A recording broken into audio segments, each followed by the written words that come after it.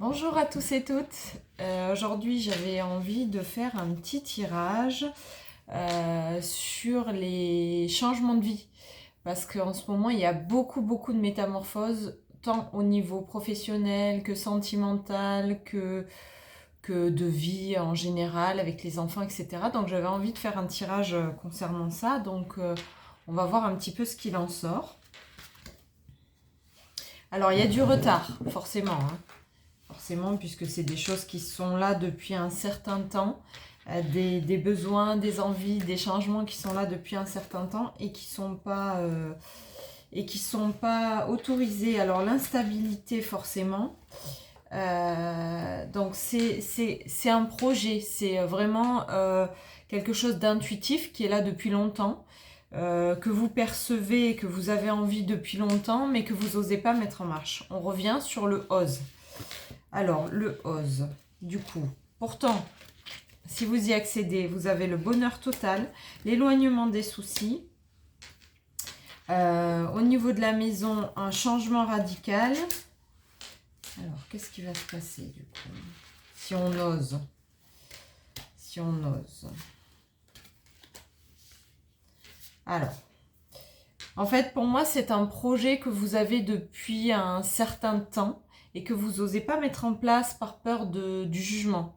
Alors ça peut être voilà, dans tous les domaines, adaptez-le à ce qui vous parle le plus, mais c'est quelque chose, par exemple, une rupture, ça peut être un changement de travail, ça peut être... alors j'ai des exemples qui me viennent, par exemple mon patron est génial, je l'adore, je me vois pas travailler ailleurs, mais pourtant ce boulot me pèse. Et ben oser, parce que derrière il y a vraiment, voilà, il y a du conflit, il y a des choses qui vont pas en fait dans votre vie et vous osez pas vous en débarrasser. Donc il faut absolument changer les choses. Voilà. Voilà. Le conflit, l'échec, c'est vraiment la dynamique de la problématique. Par rapport à la problématique, j'avais l'exemple, aujourd'hui il m'est venu l'exemple, et c'est pour ça que je fais cette vidéo, parce que je savais de quoi on allait parler. Aujourd'hui il m'est venu l'exemple de l'école.